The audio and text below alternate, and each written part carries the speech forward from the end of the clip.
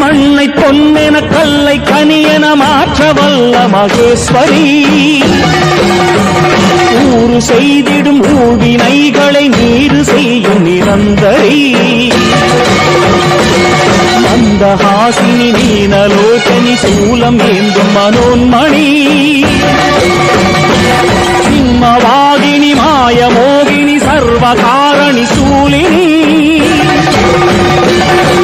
துக்கம் தீர்த்திடும் தர்மம் காத்திடும் துர்க்கை நீ என எழுந்து வா எழுந்து வா